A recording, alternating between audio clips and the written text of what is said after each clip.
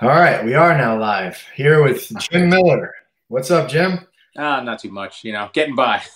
Yeah, I feel you, man. So let's dig right in. The title of this says that you have the most wins in the lightweight division in the UFC. Is that currently or is that ever? Yeah, that's ever. Yeah. That's the record with 20 lightweight wins in the UFC. And then you also have the most fights in the UFC as a lightweight. Yeah, as a lightweight, yep, and Cerrone's gonna take the lead again when he fights this weekend. But You guys yeah, me and him have been going back and forth with it for a little oh bit my now. God. That's just insane, man. How does that feel to know that you have the most wins in your division in the best, biggest organization in the world? It's a cool it's a cool feather to have in my cap. It doesn't. You look at it and it's like it's not that big of a deal, right? So it's it's a cool thing. I think that it's going to be more difficult for the newer fighters to reach the number of fights that guys like Cerrone and myself and Jeremy Stevens, Damian Maya have been able to get. So I think that like once we make our way out of the sport, these types of records are going to stick around for quite a while. Yeah, for sure. I mean, they're having more fights, but then there's more and more fighters getting signed, so it kind of like cancels each other out. Yeah, it's tough to get fights nowadays. Even It is. fighters, it's insane. Yeah. That's crazy, man. So tell us how you got into martial arts. Did you play sports before all this, or did you just get right into MMA, jiu-jitsu, things like that? I grew up wrestling. And as kids, my brothers and I, we'd wrestle, then we'd play football and we'd play baseball. And I'm the third child. I have a younger sister, but the youngest of the boys. And I mean, we were just roughhousing all the time. It was always, we were always doing something. We were always doing something that luckily we didn't get hurt doing, but they were always like on that, like, walking that fine line. A couple stitches and stuff like that as kids, but nothing crazy. But yeah, I mean, some of my earliest memories are of watching my youngest uncle wrestling. He was a state champ in New Jersey and went on to wrestle for Lehigh. His older brother was two-time national champ, stuff like that. So, my mom's side, wrestling was always something that was in the family. And so it's like, as soon as I could walk, I was wrestling and going to practices because my dad was helping coach my brothers. And, so I was just always there. And I wrestled through high school. I wrestled 1 year at Virginia Tech, kind of got burnt out. I walked on within like 2 or 3 weeks. I was starting, at 141s, killing myself to make the weight. And it definitely affected my grades as well. So, I was trying to find myself and what I wanted to do and wasn't necessarily sure. I went to school for engineering and was like not necessarily fully dedicated to it, So I took some time off from school. And one day my brother Dan and I, finally, we'd been talking about it for years. We'd been watching the UFC and Pride and finally made that first step to start training jiu-jitsu and walk through the door of our first gym. And what year was this? That was in 2005. Oh, 05. Okay. Yeah. And our first coach, he's like, give me like 2 or 3 years of training. And we'll talk about fighting. It was literally like 6 months to the day from the day that we walked into the ring for our first fight. So things kind of just snowballed and crazy wrestler. Yeah, it really never slowed down. That's insane. So you fought 6 months after you started training, but you had a wrestling background. So how did the first fight go? Did you take him down? Yeah. I actually fought a really, really good grappler, Eddie Fivey. He's a black belt, New York area. I've heard of him. He was like the young, the young kid. Like once he turns 18, he's gonna do this, and it's like he was actually like my 4th or 5th opponent that I had for that fight.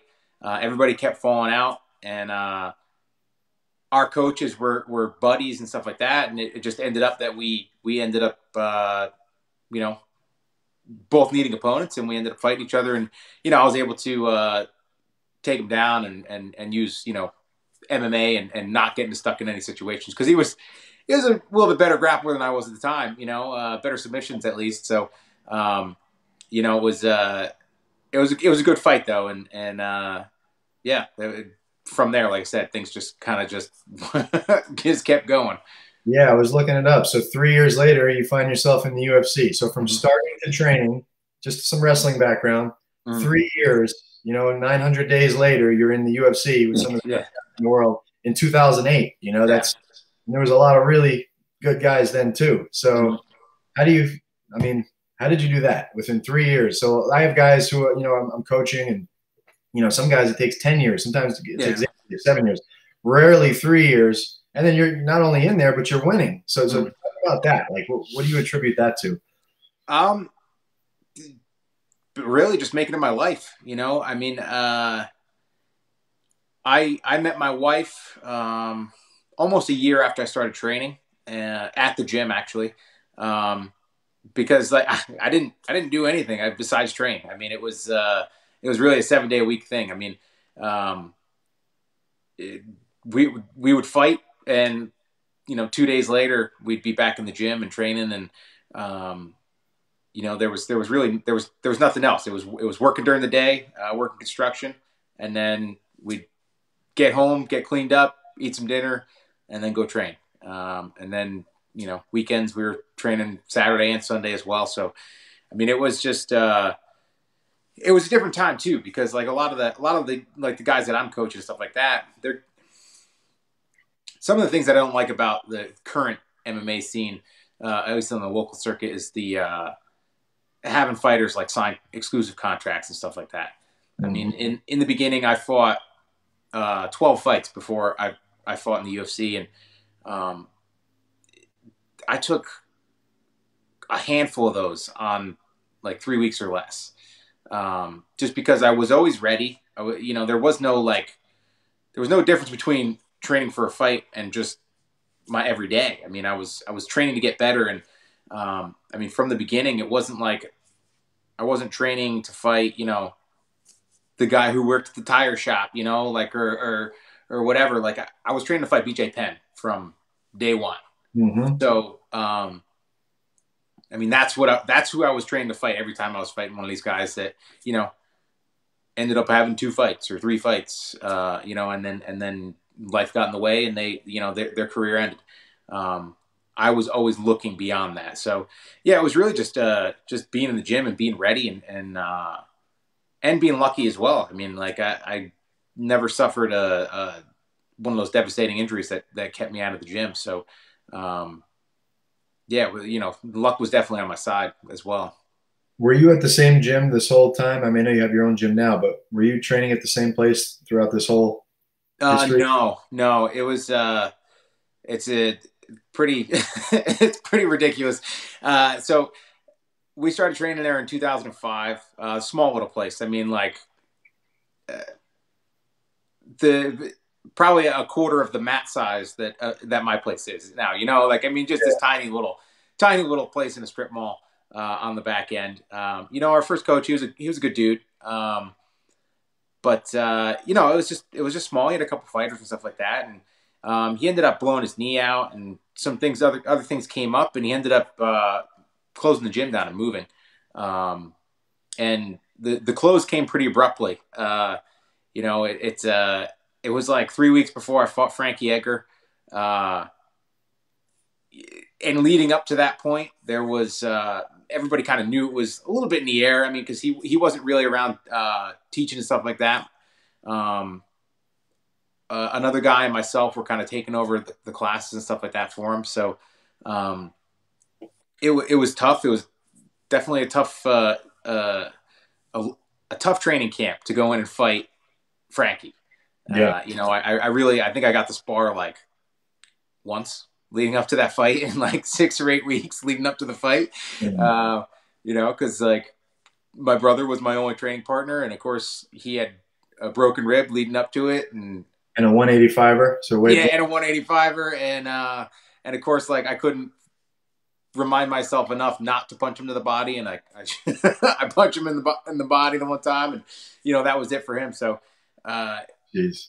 it was yeah, it was like it was one of those things, but it was a learning experience, and I definitely realized at that point, it's like Frankie was coming out of Team Rhino at the time, and they had like 60 something fighters. It was like kind of a web, there were a couple different gyms that were part of the team, but yeah, there was like a huge group of guys that he had around him, and it's like I had like 6 guys, and the best guy that I had to roll with was 310 pounds. So I was like, you're looking at like rolling with like a massive guy who's very technical big guy. Like, two young kids, a blue belt and stuff like this. And it's like, dude, like you go in, have a tough fight with him. And then he gets the call to the UFC after that. So I was like, I need to step up. Yeah, I need to step up, who I surround myself with. And that's when we went over to AMA. We were there for a few years until, like any place else, you get big enough, and then drama finds its way in there. And in 2014, we opened up our place. Nice. So you go 5-0. You fight Frankie Edgar with those conditions, lose a decision, and then you fight another 6 times, and then so you were 11-1, and then you made the UFC on a 6-fight win streak. I remember 2 things. I went to the Ultimate Fighter tryouts with a buddy of mine, a really good friend of mine, Alan Monsalopsa Barubi. I think I sent you this picture a few months ago. But I was just going through old pictures, and I'm looking, and I'm taking pictures of Alan, in the tryout. It was the 155 tryout for Tough 5 back in 2006. Yeah, 2006. And I just start looking in the background, and there's Jim Miller, Dan Miller, Cole Miller, like all these guys like that were in the UFC. Now it was just crazy. Yeah. So what happened there, man? Like, did you get to the? I mean, you're a great fighter. Obviously, it's not all about fighting. I'm a fighter, right. Especially back in the day. Yeah, yeah, that was I think it was early December, right? Early December. So it was like 3 weeks after I fought Frankie. My eye was still like as red as your shirt. I mean, just like just totally bloodshot. And I went in, did the grappling thing, choked the kid, and under a minute or something like that, and went hit pads with somebody I'd never hit pads with before in my life. And then 2 of the guys that I submitted in my first 6 fights made it up to the interview process, and I did not. So yeah, I don't know if I would have been able to handle the fight house though. I didn't want any part of it. I knew I had to go to the tryout just to like be there and all that stuff, but yeah, that wouldn't have been fun. Yeah, it definitely sucked. All right. So then the second story I remember, and this is when you first got in. I don't know if this was your first fight in the UFC or whatever, but the first time I remember seeing you fight, Rogan or somebody was telling a story how you were on a honeymoon or something, or you were on vacation, and you got the call and you're like, I'm out. And then like from vacation to in the fight, you go, I don't know if it went the distance, or I know we were in the 3rd round at least.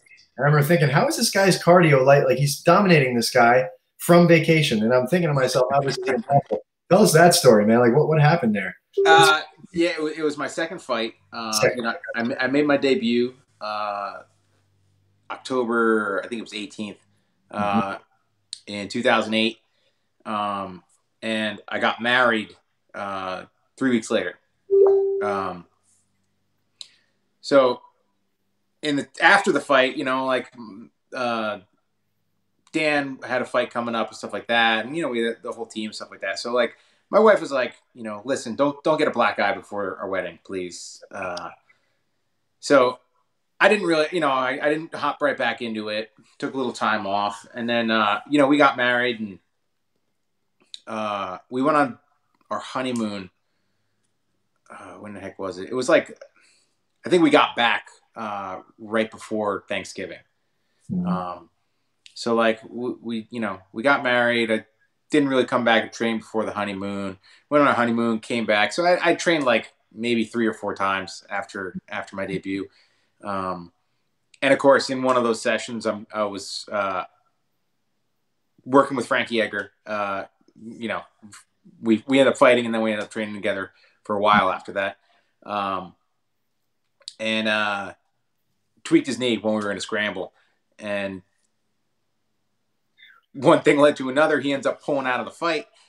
So I get the call. The fight was it was like a Wednesday fight. It was like, was that Matt Wyman? Yeah, Matt Wyman. Yeah, I got the call the Tuesday prior, so 8 days prior to the fight. You know, can you do it? So I was like, well, let's give me a little bit. Ran down to the gym. I'm like, let's do it. You know, fight simulation. See what I can do. You know, and it was horrible. And I was like, all right, well, let's yeah, screw it, let's do it. You know, there's whatever.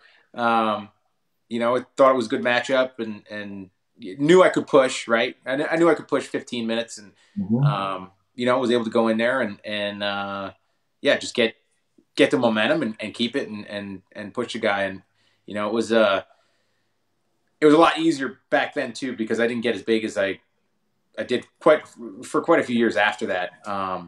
You know, now with the quarantine, I'm putting on a little weight too.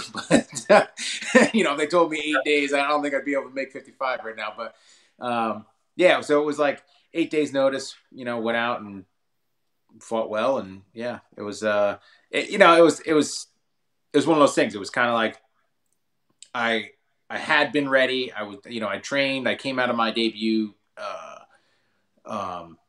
you know, unscathed, uninjured, and I've always felt like confidence is one of those things that, you know, it's either there or it's not. And you know, some of my guys, some of my training partners and stuff like that, like they've asked me like, oh, you know, should I take this fight? Should I take this fight? You know, on short notice. I'm like, if you feel like it, like, you shouldn't be asking me. You know, it should be either yes or no. Yeah. And if you say yes, then I'm behind you. And if you question it, then let's not do it. There's no sense in doing it. And you know, that was one of those times. I was like, all right, well, I'm, you know, nothing hurts. I'm healthy. Hey, let's do it. And it was really, you know, I ended up getting a fight tonight, and you know, that opportunity to go from, you know, making a couple grand to then in my first 2 fights getting bonuses. I mean, it really kind of changed, you know, the way that my life went. You know, so it was one of those opportunities that, like I said, I was ready for it, and the confidence was there, and you know, went and did work. That was awesome. Yeah, it was a great fight. I remember watching. It's like, this guy's coming off vacation. He's a good fighter. He's got great, you know, he's got great jiu-jitsu, scramble. I was like, I'm gonna watch out for this guy. I was pretty tired. I'll admit. Yeah, barely showed it. All right, so you have about 14 kids, right? How many kids do you have? I have 4. Yeah. I was 10. You have your gym, right? You're fighting, you know, still full time, and 4 kids, man, and all that stuff. How do you juggle all of that? I don't know. At this point, it's you know, here. We get by, right? You know, like you do what you got to do. It's fun. It's exciting. I mean, the months leading up to this, you know, the quarantine and stuff like that, they were hectic because all the kids are starting to get into more of those extracurriculars. Well, at least the older ones are. So it's like, you know, being a professional driver a little bit every day, but yeah, you know, I mean, my wife and I, we make that solid effort to get things done, and to, you know, we're a team. So, like me personally, I'm when it comes to training, I'm a quality over quantity kind of guy. You know, like I'd rather just get good work in, as opposed to, you know, just a ton of work. I'm not one of those guys that needs 15 sessions a week. You know, I prefer a bit fewer, because I like to go harder and push myself a little bit more. And I found that helps me get into shape faster. And it also just helps me, you know, train in a way that mimics the way that I fight. So yeah, so I get my work in when I get the time to get my work in, and get all the other things too. And then on top of all that stuff, fortunately, like right before this whole thing, we ended up moving. So now I'm in this 150-year-old farmhouse trying to fix this puppy up. That's why I've got like my Walmart blanket curtain because the road is like 30 feet that way. So like I've got no office right now. I've got we're kind of camping because we were kind of shoved into this place because of this whole situation. I would have liked to have had a little more time to just not move stuff in and work on here. But I wasn't afforded that luxury. So it's been like camping inside the house. So it hasn't been the most efficient in trying to get work done, but yeah, I was taking this interview serious. You put a nice background up. Yeah. Ready to go. Yeah, it's been fun though. Cause it's like, we had outgrown our last house. It would have been perfect for 2 kids, and then we doubled that. So, getting in here and being able to like, hey, it's today, it's a beautiful day out. Like, go play. We've got the space, and the privacy and all that stuff. So it's like just go be kids, go get muddy, go get dirty. So it's just another one of those projects too. Another one of those things that kind of takes my time away from training in the gym and all that stuff. But it's pretty cool now. The life of the superstar. You got to wear a lot of hats. Exactly. So you're talking about your training. That's interesting. So tell me how your training is structured, but more so like when you first started fighting and having success, and now, now that you're a little older, a little smarter, you know what to do, what not to do. How has it changed also? It's definitely slowed down, right? I went through like kind of different phases of my training, through my career, and fortunately learned from some of the mistakes. Like I said, in the beginning, it was like 7 days a week, 6-7 days a week. But it wasn't like super intense stuff every day. I mean, we spar once a week. And our sparring day, that was it. You were sparring and not really doing anything else. So it wasn't like super intense. But then like, as the team got bigger and all that stuff and the years went on, then it was like, then you kind of get coaxed into sparring 2 days a week because some guys can't make the one day. And then, and that's actually like, we had a good group of guys where at one point, I think there were like 6 of us that were fighting in the UFC, and, a stable of really tough guys that were fighting locally, right there behind us. And, it got to the point where it was like, we had this Wednesday sparring session, and it was just mayhem. It was too much. It was too intense. I don't know what it was about it. Cause like we'd spar on Sundays and we'd spar on Wednesdays, and Sundays was always, that was like the one that we would do, because nobody else was at the gym, and, we could beat the crap out of each other if we wanted to. But for whatever reason, that Wednesday practice was always just like, it's when guys were getting hurt. And like some of the issues that I deal with today, shoulder issues and stuff like that, came from those sessions, came from, 2 hard spars a week, and then plus, a hard ground day and live wrestling and this and that. And like, in the process, while it was still going on, I realized I'm like, this is ridiculous. Like I can't do this. So I stopped. I went back to the 1 day a week, of sparring, stuff like that. And, now it's like, I have the opportunity to make it more about myself. And that's kind of why, like, I know that I could get, they're phenomenal coaches, at some of these other big gyms and even small gyms and stuff like that. But like for me, where I'm at, not only with just where I'm in my career, but like have to deal with Lyme and stuff like that. Like I need to have control. I need to be 100% in in control of what that day is going to look like.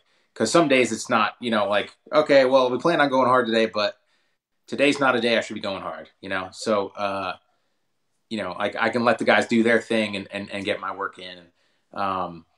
But yeah, so I like to work on my technical stuff. I like to be sharp. And I do like to mix it up too. I mean, we spar, still once a week. I try to advise the guys not to really do too much more than that. I'm not a big fan of going hard like that. More than once a week. So when you say spar, you're talking about with the MMA gloves and just doing everything. Yeah. Right. Like, I'm okay with them. Like if they want to, move around the Thai class with the students. I mean, obviously it's like, okay, well that's different than, like a pro practice spar. But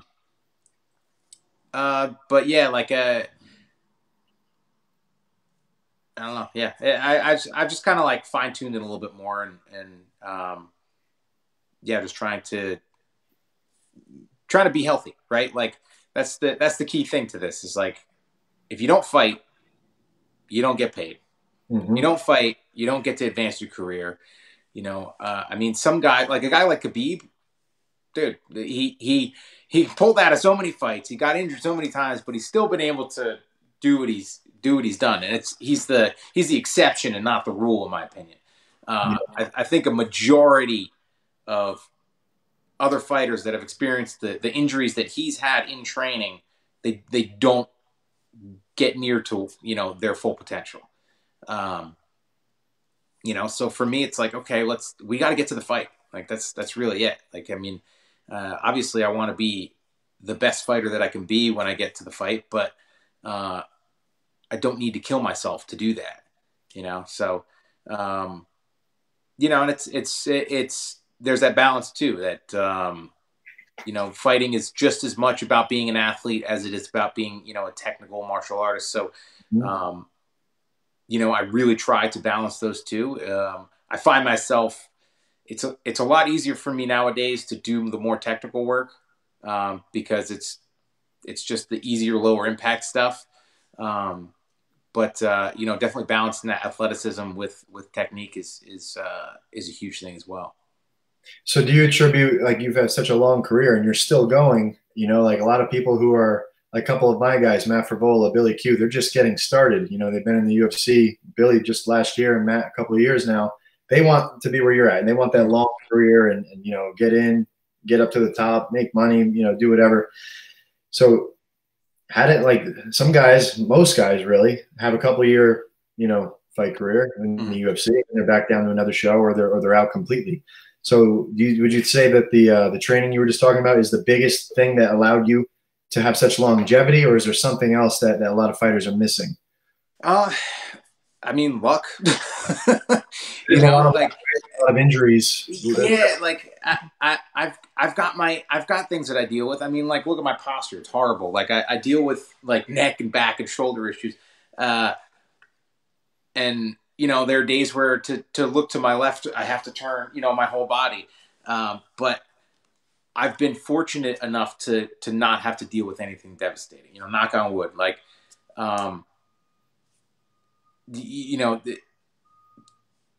the only bone I've ever broken, I cracked my sinus. That's it. Like, it's the only bone I've ever broken. Like, I was kind of built for this, which nothing to do with me, right? Like it's just luck of the draw. But, yeah, I think like the training is one thing. Like, like I said, learning how to throttle it, right? Like we all deal with the good days and the bad days. And, even in the early parts of my career when I was in my 20s and pretty much every day is a good day, right? Like there is going to be that tough day where it's like, okay, well, am I going to go super crazy today? Or am I going to, even if it was one of those, like the hard spars, am I going to work more on my defense? Am I going to work to protect myself more? Am I, as opposed to being just aggressive and trying to push through it. And then also not letting it get to you, right? Like, because we all have those ups and downs. Like, there's that, you're going to have that one guy that you normally get the better of, and then one day he kicks your ass in training. And I've trained with a few guys where that was it, you know, like they started to crack.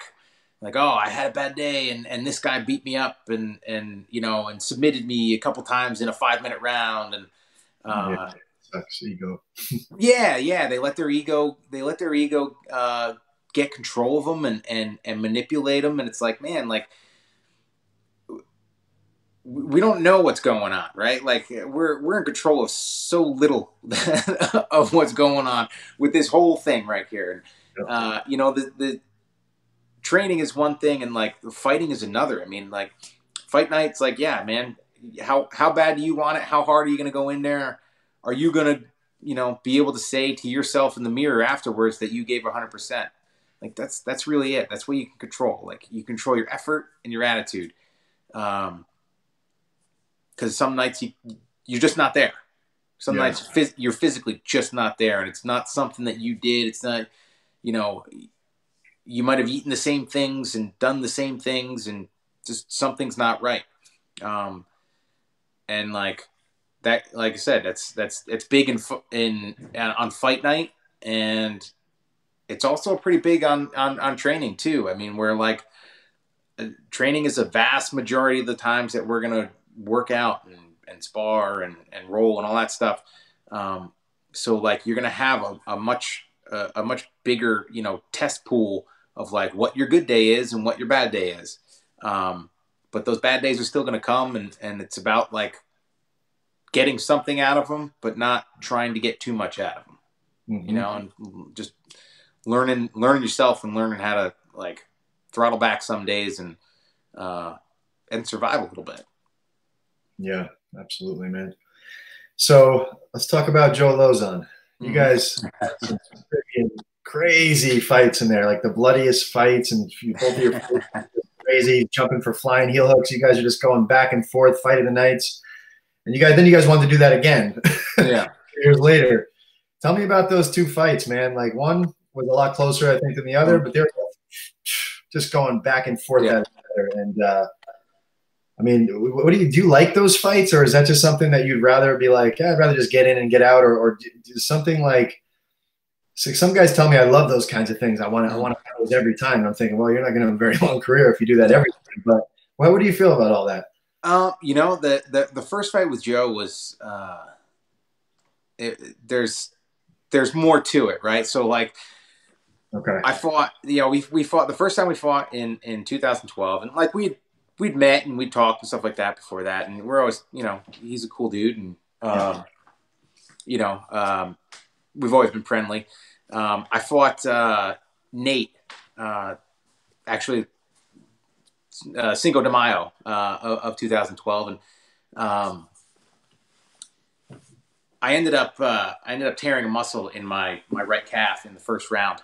I threw a knee and tried to catch myself as he stepped back, and it just exploded.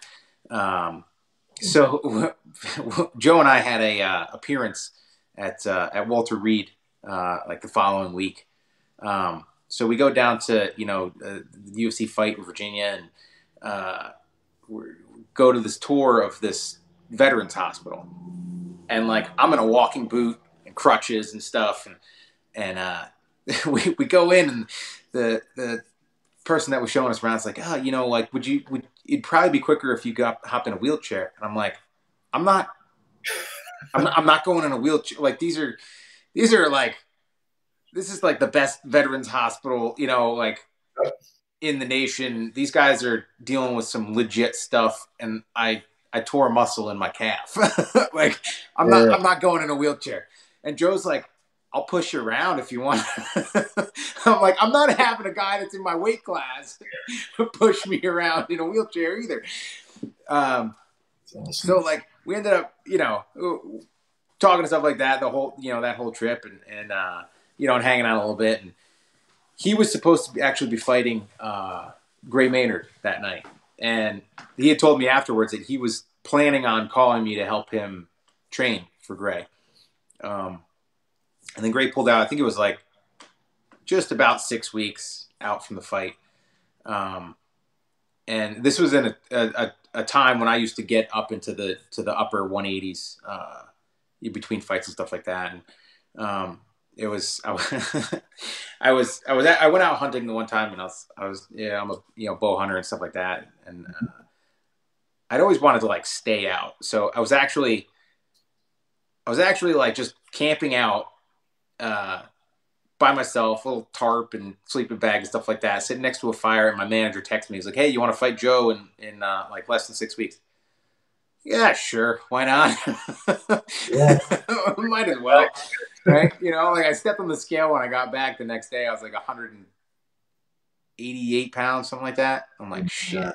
Like I gotta lose 30 pounds in like 5 weeks.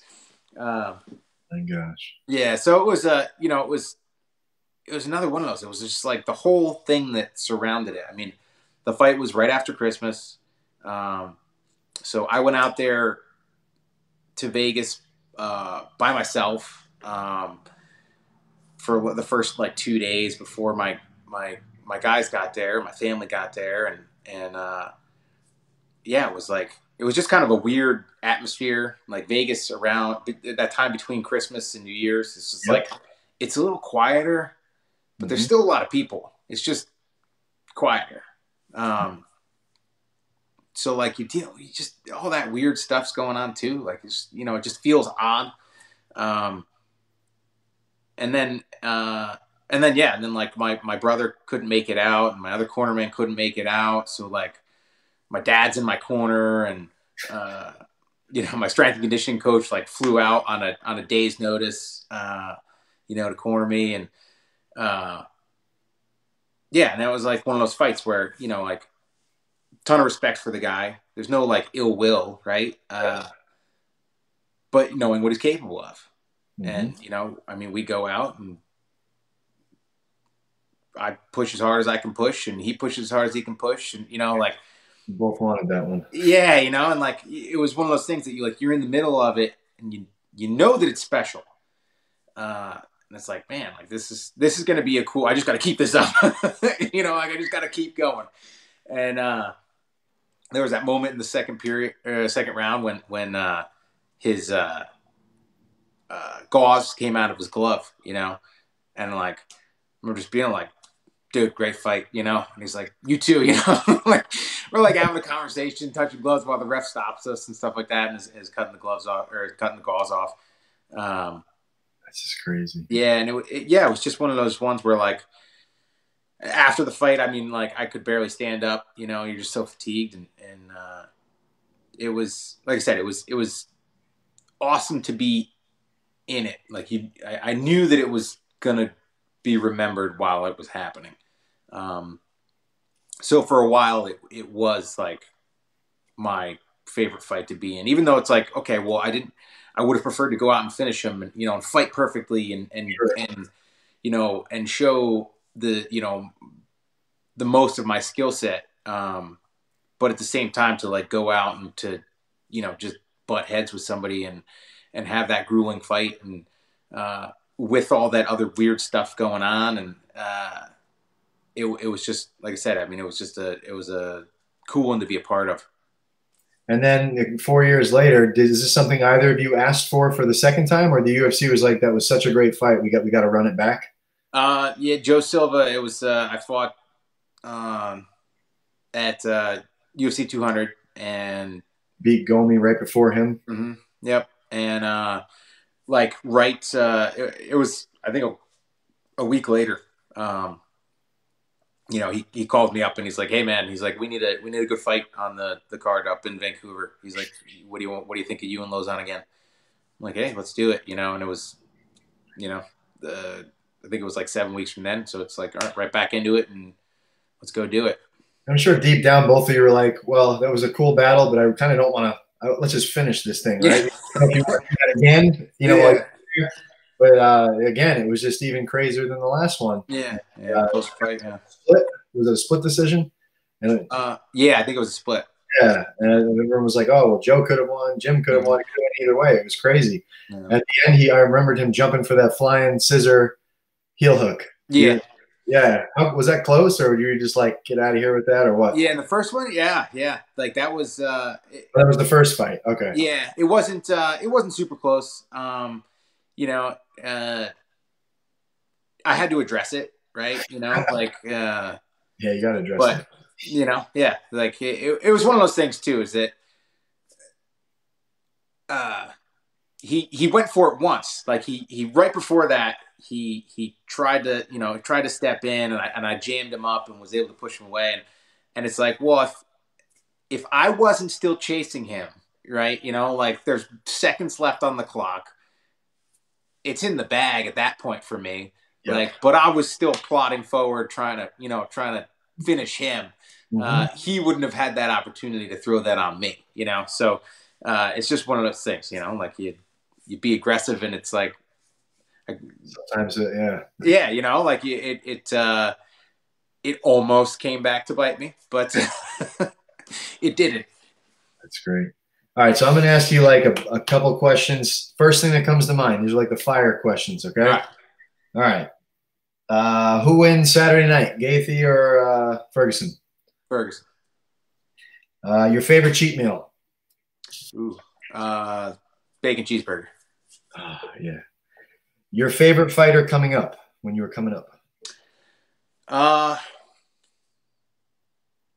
Early in my career, definitely BJ Penn. Your favorite fighter now? Um, Besides yourself?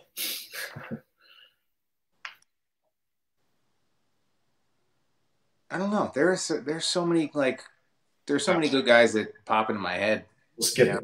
Favorite submission? Favorite submission, guillotine. Favorite striking technique? Liver kick. Liver kick. Favorite takedown? Double leg. Favorite fight that you've had? I think we've already answered that, but maybe not. Actually, it's not that. It's my fight with Gonzalez that I got to fight in front of my kids. That overstepped the Lozon fight. Definitely. Most skilled fighter you've ever faced? Where you felt, man, this guy's technique is superior to mine. This is insane. I don't know how I'm going to beat him. Or maybe there wasn't somebody like that, but if there was, who would that be? I'm trying to think. I asked James Krause this when I interviewed him last week. He said it was Jorge Masvidal. Yeah. He said that was the only fight where he felt outclassed. I felt when I was fighting Pettis, I felt like he was just using his footwork really well to stay away, and it was just one of those things where like I never felt comfortable to shoot on him because he was always where he needed to be, and not where I needed him to be. Okay, the most skilled guy. I'm sorry, the toughest guy you faced. Most durable guy, probably Joe. Yeah, figured that. Someone who you want to fight before your career is over. We won't have to put this out if you don't want to. It won't happen now, but I always wanted to fight GSP. I always wanted, just because he always outclassed everybody. And it's like, all right, well, I want to see how well I do against him. Yeah. What about Khabib? How do you feel you match up with him? I feel like I'd be a pretty good matchup for him, honestly. We trained together a little bit, and again, that's training and it's years ago and stuff like that. But I think I'd have a decent shot. I think that's why I think that Ferguson would have a pretty good shot with him as well. I mean, is his wrestling just that much better than everybody's? How is he able to just do what he does? Like, he does the same thing to everybody. Mm-hmm. And no one's really even close to stopping him.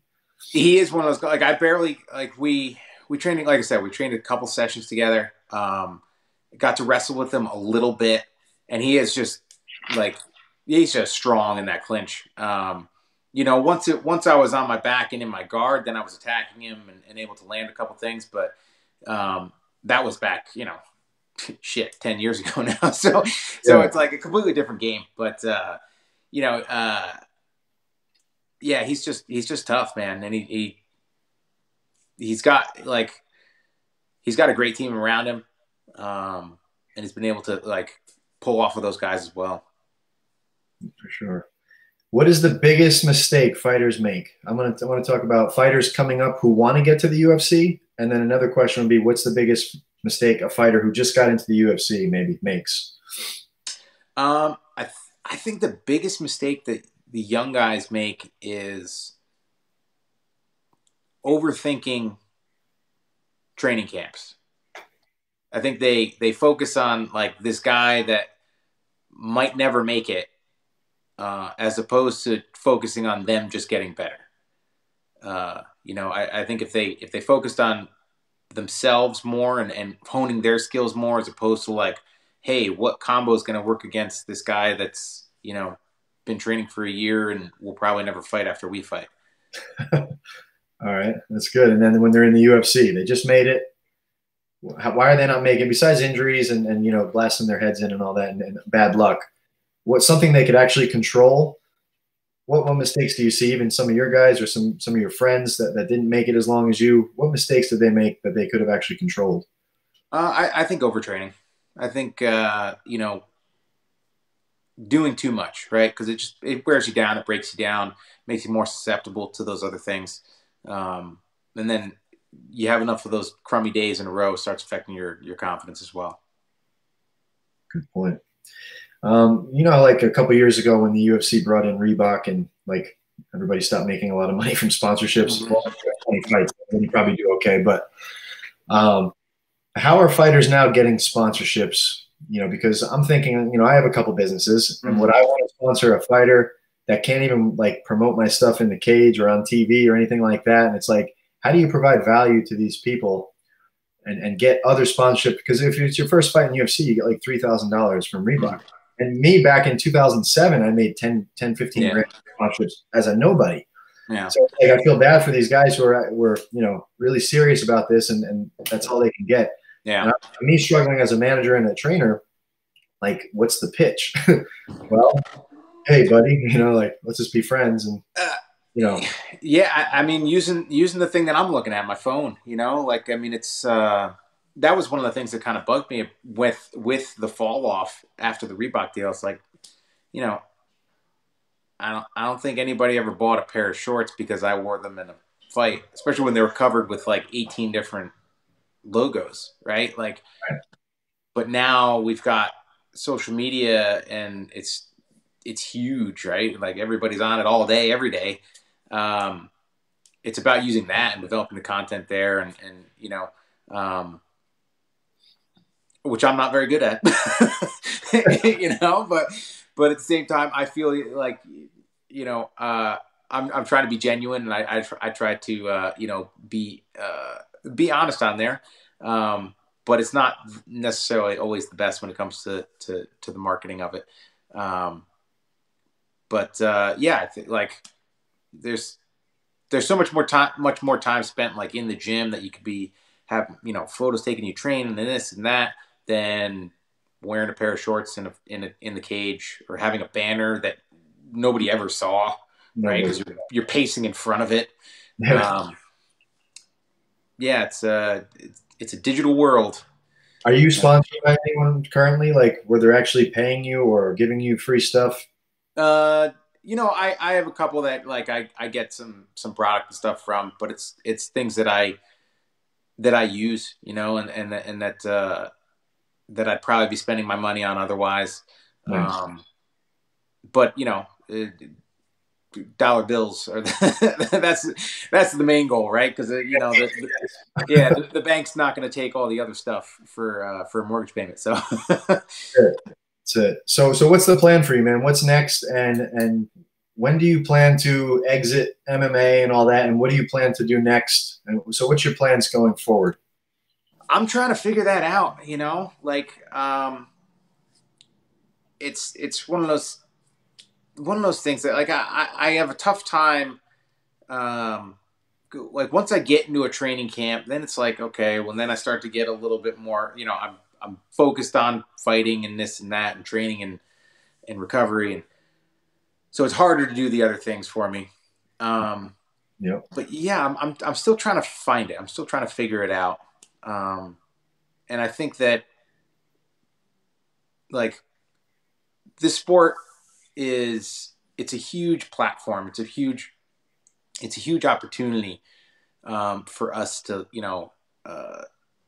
make ourselves known. And very, very, very few, one and maybe two or three fighters have ever made enough, money in MMA. Probably only one. Yeah, I mean Connor's made enough in MMA. Khabib's probably made enough in MMA at this point too, and I mean GSP's probably about there too. Yeah. But like everybody else, it's like, okay, you're going to use this as to develop your next opportunity, and that's what I'm trying to do. I'm trying to figure out, and the problem is that it's just you get spoiled by it because Yep. there's a level of freedom being a professional MMA fighter that it's like really not going to get it anywhere else. Yep. So I enjoy like creating content and stuff like that. So I've been trying to get into that a little bit more. It has been difficult without actually like a desk or anything like that right now, to like do any editing and stuff like that. But yeah, I haven't quite figured it out yet. I've got the gym, and I love having the gym, and I love using the gym for me as a fighter. And I love our students and stuff like that. I mean, great group of people. But it's one of those things that I'm not necessarily sure that I want my everyday life to revolve around the gym. Yeah. So I'm trying to engineer it. I'm trying to make my blueprint of what I want my life to look like after MMA. And if I found that thing, Mm-hmm. There's definitely a side of me that's ready to say, okay, let's do it. Let's focus the energy that I put into MMA on something else. If it's something that I enjoy doing, and I can support my kids and family with it, then I'll be 100% into it. And I would definitely miss fighting, but like I said, there's a side that's ready, but there's also the part of me that just loves competing and loves pushing myself and Mm-hmm. and testing myself. Would you ever do grappling matches after MMA, like some of these super fights or these EBI type things, or? Yeah, I'd be interested in it. It like I always wanted to do some more of that stuff. I always wanted to fight like Muay Thai fights as well. But like I think kind of the idea of not fighting MMA anymore is to not be putting my body through the stuff that I've been putting it through. So, Yeah. obviously still be healthy and still work out. And, I'm always going to train. But I think training for the level of competition is different than, just training to stay in shape and to keep progressing, technically and stuff like that. But, yeah, like I'm waiting for something to stick to the wall. I've been throwing everything against the wall, and nothing's quite stuck yet. For sure, man. Who I was going to ask you this in the favorite section. Who's your favorite grappler right now out that you like watching? Or do you even watch grappling?